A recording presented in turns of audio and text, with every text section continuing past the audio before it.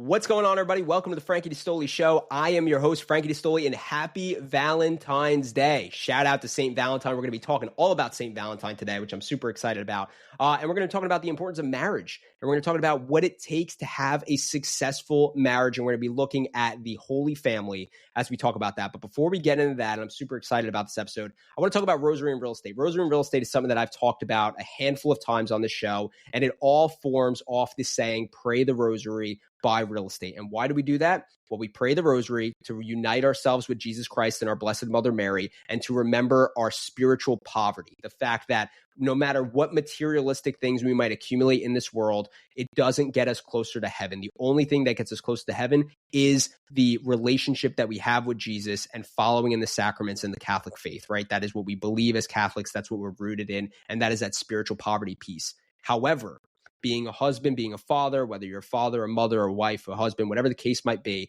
when we have a family, we are also, given the responsibility to provide for them, to protect them, to lead them. And that provision part of it, as someone who is a real estate investor, I believe that it's very, very important for us that we provide for our family financially as well, right? That's all part of that piece. So when we talk about buying real estate, we're talking about building generational wealth that we can pass on to our children, to our grandchildren, and not only just pass on faith, which is the most important, but also pass on financial freedom and financial literacy as well. And that is what the Rosary and real estate community is all about. And I am hosting our first ever in-person event on February 18th. It was supposed to be February 11th on Our Lady of Lourdes feast day. However, we did get hit with some inclement weather. We had some snowstorm kind of noise going on, and it definitely did snow. And I didn't want a lot of people driving out in that weather. Obviously, safety is the number one priority. So we pushed the event to February 18th. So if you're listening to this before February 18th, you can still make it.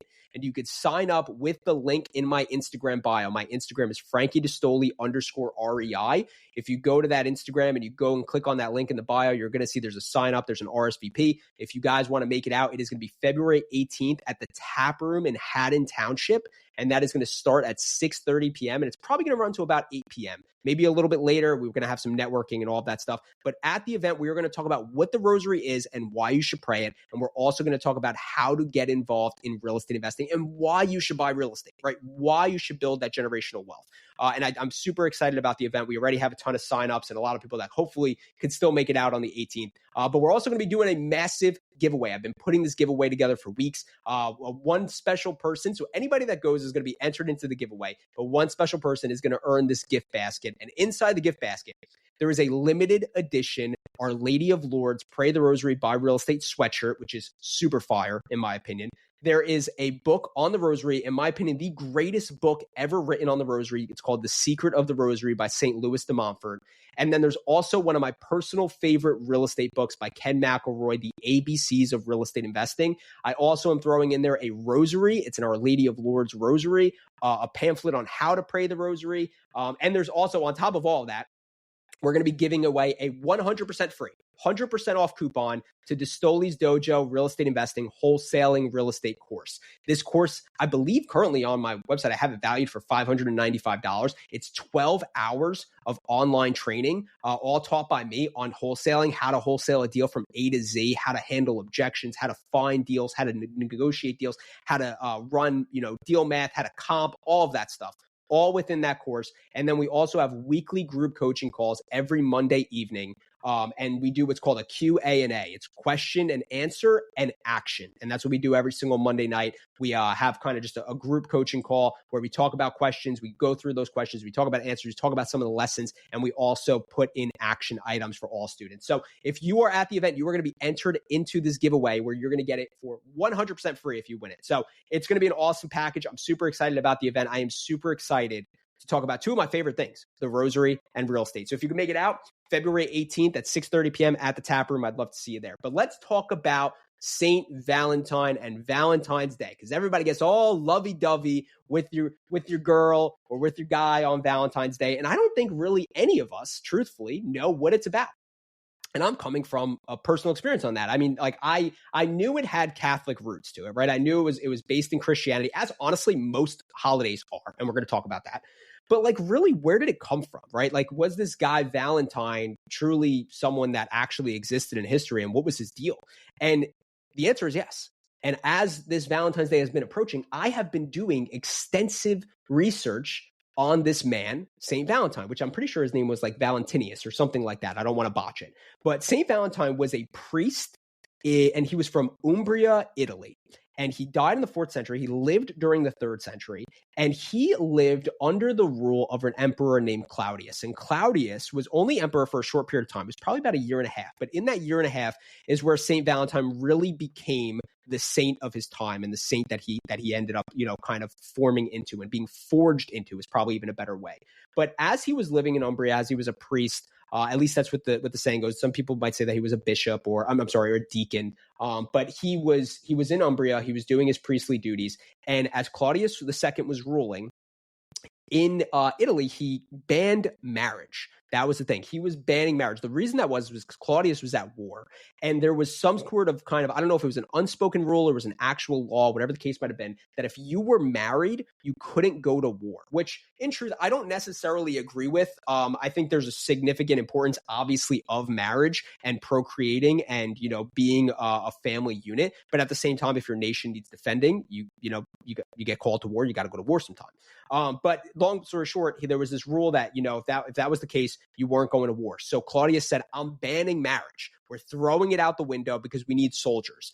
And St. Valentine saw this, and he knew that this was wrong. And there's a reason this is wrong, because this goes against God's natural law. And the natural law is that we need to enter into the sacrament of marriage, right? If we are not called to some sort of priestly duty or, some sort of religious vocation, then we need to enter into marriage. That's part of God's natural law and in the way that things, kind of the order of things. So Valentine saw this as a direct offense against God's natural law. And he went to Rome, and he started marrying people in secret. And on top of that, he was converting people to Christianity as well. And of course, this is a big no-no in the eyes of Claudius, right? But from a Catholic perspective, we could turn around and be like, was this guy a lawbreaker? Was Valentine a lawbreaker? But the answer is no, right? If Claudius was like, I need to up the tax because we're at war, and Valentine was in the streets saying, stop taxing us, and he was breaking the law and telling people not to, pay their taxes, it's a different story. But Claudius is breaking the natural order of things, and St. Valentine sees this and says, this needs to stop. So I'm going to do what I got to do. And he's going on the DL, and he's, marrying people, and he's getting people to, form this union between man and woman and this holy sacrament of marriage. So of course, Claudius finds this out, and he, brings him to Rome or wherever he was, and he ends up locking him away. And Valentine goes before this judge, and Valentine, just being the natural preacher that he is, he starts preaching the gospel to this judge. And the judge pretty much says, I want you to prove what's in this gospel. And he brings an adopted daughter to Valentine, and the adopted daughter is blind, right? And this is a little bit of a side story. I don't necessarily know the total truth in all of this, but supposedly Valentine puts his hand on her, and immediately she is healed. She could see. And because of this, there's a whole, fit that goes on or whatever, and they still sentence Valentine to death, right? They literally give him the death penalty. And supposedly, as this is all going on, he writes a letter to the girl that he healed that was blind and now can see, and he signs it, truly your Valentine, or something along those lines. And that's kind of how this whole thing came about, of giving someone a Valagram, or, writing I'm your Valentine, or will you be my Valentine, things along those lines. But long story short, they send Valentine to be killed. And from what I understand, St. Valentine is a martyr, which means that he died for the faith. He would not deny Jesus Christ. He said that I believe. And usually with martyrs, they say, renounce your belief in Jesus Christ and you'll be saved. And a martyr says, absolutely not. I believe in Jesus. I believe in the Holy Trinity. I believe in heaven. And that's where I plan on going, God willing. And then they get killed. And that's exactly what happened with Valentine. He was beheaded on February 14th. His head was literally cut off in 269. So on February 14th, in the 4th century, was when St. Valentine's Day actually became a feast day and a day that was celebrated. And the reason why it was celebrated was A, to remember how great St. Valentine was, but B, to also remember the beauty of Christian marriage, right? The beauty of, this love and this affection that St. Valentine understood and just really, really was so passionate about, that he went on the down low and started marrying people and died for what he was doing. And that is what February 14th was supposed to be all about. It was supposed to be the remembrance of a great saint who believed in the faith and the sacrament of marriage, and believed in the love of Jesus Christ and his church, right? And I heard like a really, really great saying about marriage, right? And I'm going to quote it here.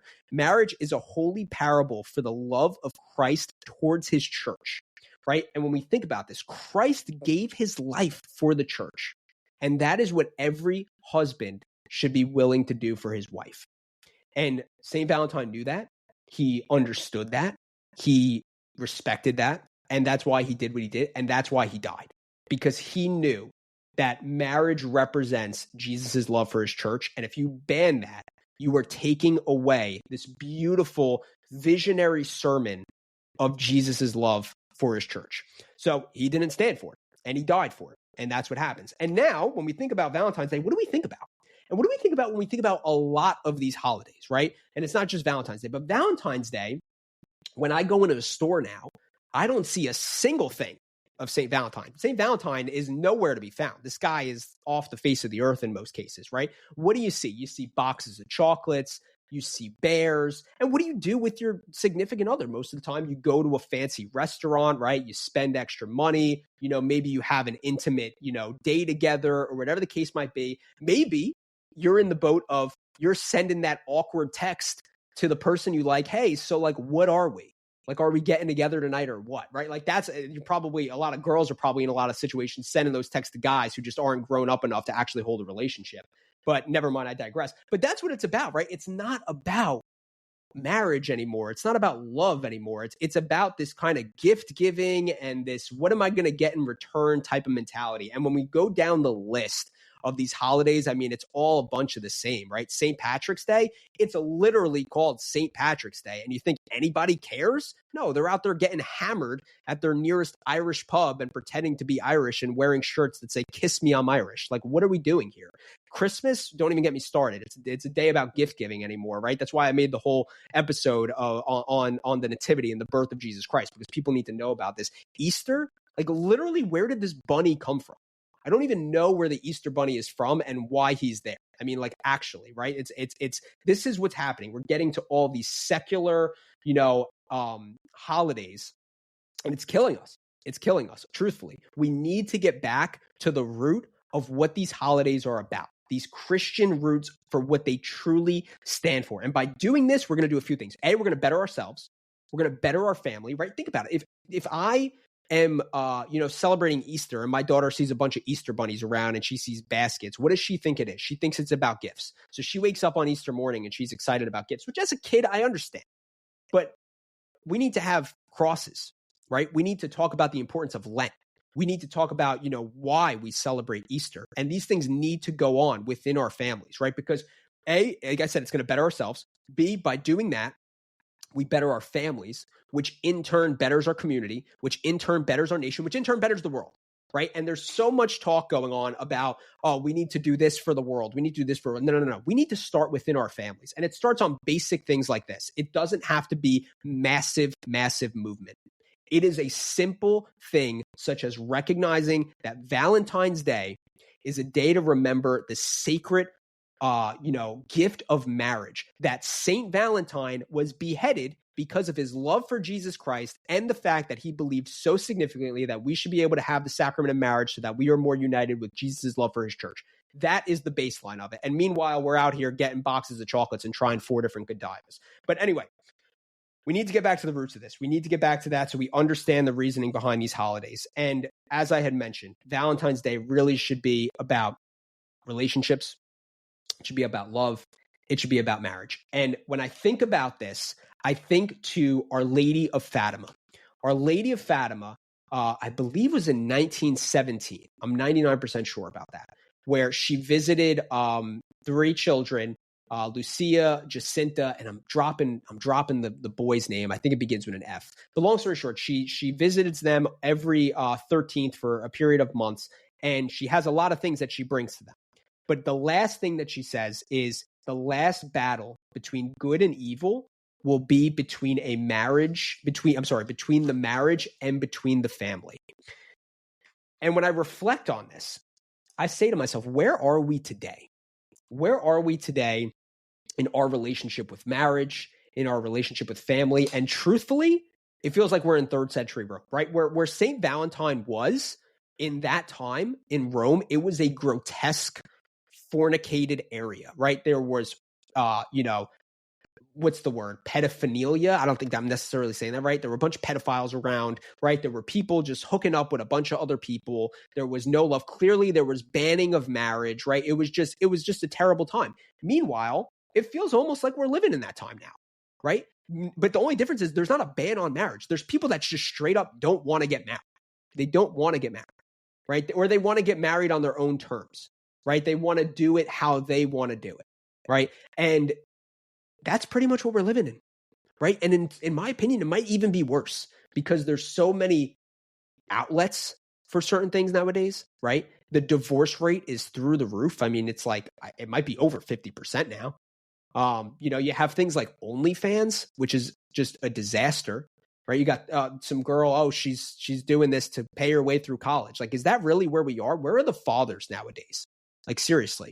And it's very much scary, in my opinion, because if you believe what Our Lady of Fatima said, which I truthfully believe, and it all makes sense why the last battle will be between marriage and family, because if you look at the fall between Adam and Eve and what that union should have been versus the redemption of Joseph and Mary and what Jesus has brought through the Holy Family, it makes sense that like the end of times would necessarily be around the family. And when you look around at what's going on, it's not really a stretch to say that that's happening right now.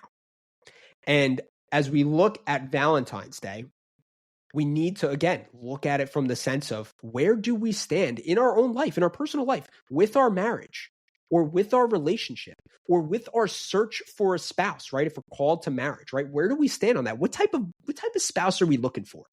Are we looking for the person that just loves to go out? They love to party.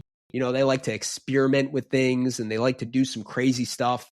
Or are we looking for that faithful, trustworthy, supportive, comforting, protective person in some cases, right? What are we looking for in a spouse? And I think whether you're a man or a woman, you need to start asking yourself that question if you're not married. And if you are married, you need to look at yourself and look at your marriage and say, is this a marriage that I want my kids to see?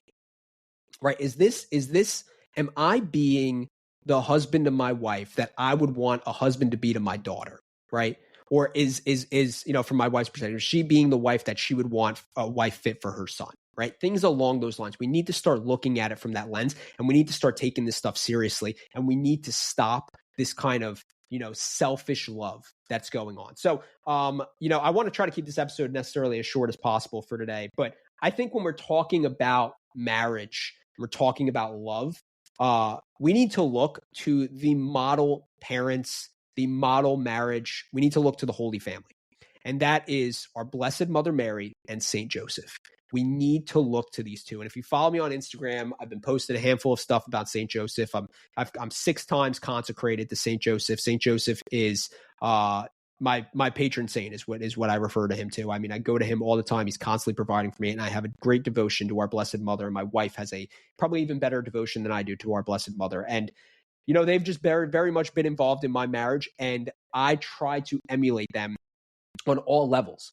And I just constantly pray if I could have a fraction of the love and devotion and faithfulness that they had for each other, my marriage will flourish. And we need to look to them as our model. So let's just break down the Holy Family a little bit. And I want to break down what they bring to the table that we could see. So the first thing that I think a marriage really, really needs, and it needs to stand on, is trust. And unfortunately, in today's day and age, trust is constantly broken in marriage. And we see this all the time. Right? We see trust being broken all the time. And we see it in a few different ways, right? We could see it on a large scale of a spouse going out and cheating on another, right? Eventually leading to divorce, or leading to an open, quote unquote, open type of marriage where that's kind of a standard and it's okay to do that, which is just out of control. But we see a break in trust in some of those regards. Then we see a break in trust in other things, right? And think about it. Have you ever, and you might have been this person, and that's okay because you need to reflect on it, but do you ever kind of like, are you ever out with somebody and they're just venting to you, or they're kind of airing out like their dirty laundry about their spouse. And like, that's just a break in trust, right? Like if I ever heard of Christina going out and talking about, how I came home one day totally defeated and like how I looked like, I was, I had my tail between my legs and all that stuff, it would be a break in trust, right? I wouldn't feel super like, I wouldn't feel like I could be vulnerable with her in that sense, right? So trust goes a long way, and it goes in a lot of different ways. And when we look at the Holy Family, we see just this unwavering trust. And it starts with Saint Joseph when Mary actually, conceived by the Holy Spirit and received Jesus, and they were not in any type of relationship, right? Like they were betrothed. And usually, and just to give you some history, at least from what I understand, in the Jewish culture, you would be betrothed for pretty much a year before you actually lived with your spouse. So you would be betrothed to be married before you actually lived with that person. So when Mary is pregnant, and this is found out about, Saint Joseph, and there's a few different theories about this, but I firmly believe in this one, Saint Joseph didn't say Mary was unfaithful. He believed that the Holy Spirit came to Mary, that God chose Mary for who she was, the pure, born without original sin virgin that she was, and said, I am going to bring salvation to the world through you. And Saint Joseph didn't waver off that. He knew that that was, all part of the plan. And he never had a thought in his mind that Mary was unfaithful. And truthfully, if my wife was pregnant and it wasn't from me, I wouldn't have that type of trust, right? Like that is that he just demonstrates this unwavering trust that is absolutely locked in. The second is self-sacrifice. And we see this from Saint Joseph again. In the midst of this, he was willing to step away so that God could do his work with Mary. Right? He was going to get out of the picture. And there are some things out there that say, he was going to divorce her quietly, X, Y, and Z, because of, the fact that he just didn't want to shame her. No, I truthfully believe that Saint Joseph straight up just didn't want to get in the way of God's plan. And think about the self-sacrifice that takes for this man, right? You're betrothed to your beautiful wife, and Mary was known for being the most beautiful person on the planet Earth who ever lived. And he is betrothed to her. He is the lucky man that's betrothed to her. And he is willing to step away and self-sacrifice himself for the greater good, right? That's what a man is called to do. So we need trust. We need self-sacrifice. We need self-control. And that's the next thing. So St. Joseph and Mary lived in what's called a Josephite marriage, which means that they both lived in full chastity. They never had, they loved each other in full heart, but they never had the physical bond of marriage, right? And they both lived this way. And Mary was the perpetual virgin, right? She was a virgin when she conceived Jesus all the way up into the time of the Assumption. She never broke that virginity. And St. Joseph was also a perpetual virgin, and think about that control, right? Think about that control. Again, I bring it back to you are, married to the Blessed Mother, the Queen of heaven and earth. You are married to the most beautiful woman on the planet, and you are self-controlling. Meanwhile, what do we have today? We have divorce rates through the roof because of cheating.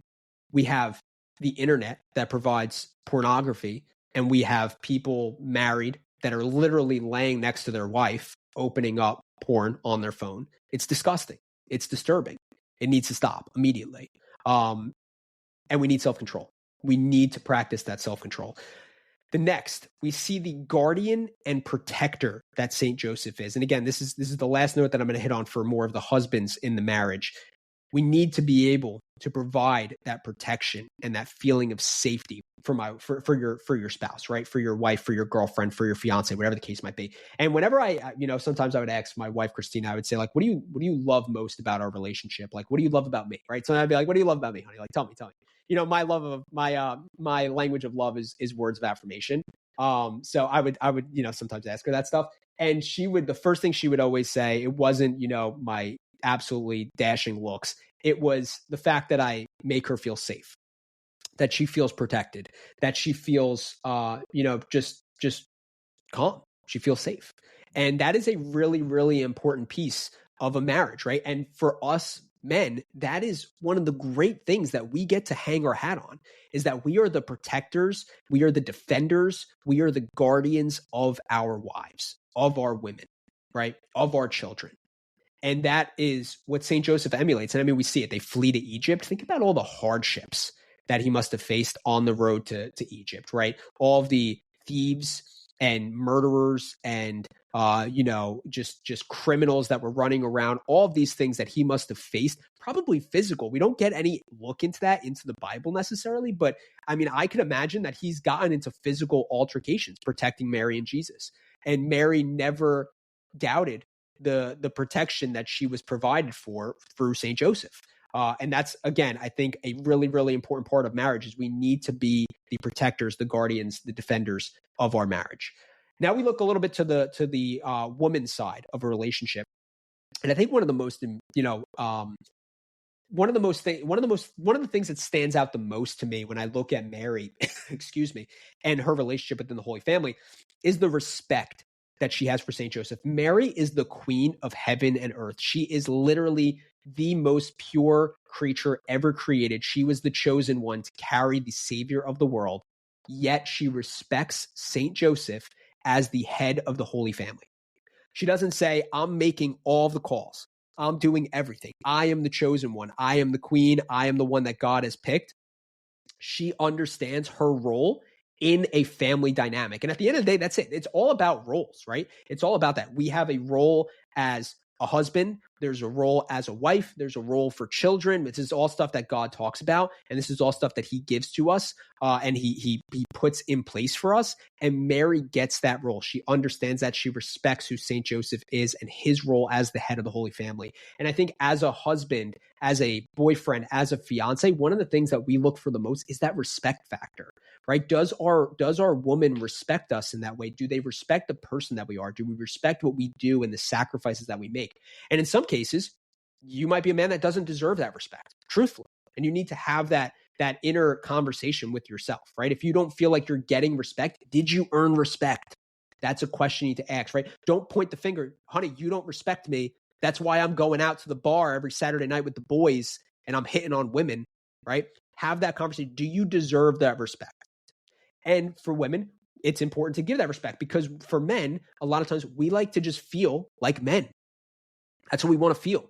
We want to feel like we're a man, like we have that, that feeling of being at the head of that family. It's important to us. We are born a lot of times with these leadership type of, motives, and it's important to be that. So the way that Mary respects that, the way that she shows and leans into St. Joseph's manlyhood and his, role within the family is just so beautiful.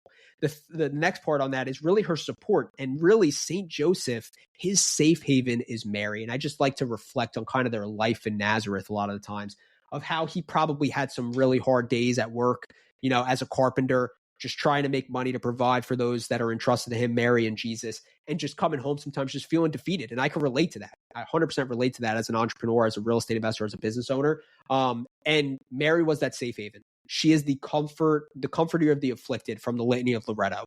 And she was there for St. Joseph through those challenging times. She was there for St. Joseph when he was tired, when he was hurting, and he needed that kind of refuel and that re-energizing. That was Mary for him. And I love that support. And that's, I think, what, as a husband and a wife, we're always called to support our spouse. And the last is she is the queen that he fights for. And I think this is so important. Every man needs a woman to fight for, right? And we see this even just in the olden times of, medieval, stories or whatever it is. But look at, back then, at least now, the whole Disney princess thing, it's taken a whole left turn in my opinion. But look at like the older Disney princesses, right? Like it was always like there was a knight in shining armor that came and like swooped up the princess or whatever the case is. Like that's always been it. Because when you have that queen, that woman that, just ignites that flame in you, you have so much love and passion for her, you will go to the ends of the earth to do whatever you need to do. You will die for that person. And that's what love is. And that's what Jesus shows us love is, because he dies for us, right? And we see that within the Holy Family. So in my opinion, these are my, whatever they are, 7 points. Trust, self-sacrifice, self-control, being a guardian and protector for husbands, being respectful, both to men and women in the relationship, being supportive on both sides, and being the man that fights for your wife, that you will die for your bride. And we need to relate to that on this Valentine's Day. We need to think about that. So I'm going to end real quick, just because I do have a call with an accountant in 3 minutes ago. Actually, I'm running late for that meeting. I'm going to end real quick with a message from Corinthians very, very common, scripture verse, but I think it's one that we should reflect on and we should think on. So this is Corinthians 13, chapter 13, verses 4-7. Love is patient. Love is kind. It is not jealous. Love is not pompous. It is not inflated. It is not rude. It does not seek its own interests. It is not quick-tempered. It does not brood over injury. It does not rejoice over wrongdoing, but rejoices with the truth. It bears all things, believes all things, hopes all things, endures all things. And I'll end it with verse 8. Love never fails. Remember this Valentine's Day. Remember St. Valentine. Remember the fact that he died to marry people. And remember the fact that a lot of times nowadays people don't even want to get married. Remember what the sacrament is for. And be the man that your wife deserves. Be the wife that your husband deserves. And be the marriage that you want your kids to see and to strive for in their future. Pray the Rosary, buy real estate. Happy Valentine's Day, everybody. Peace out.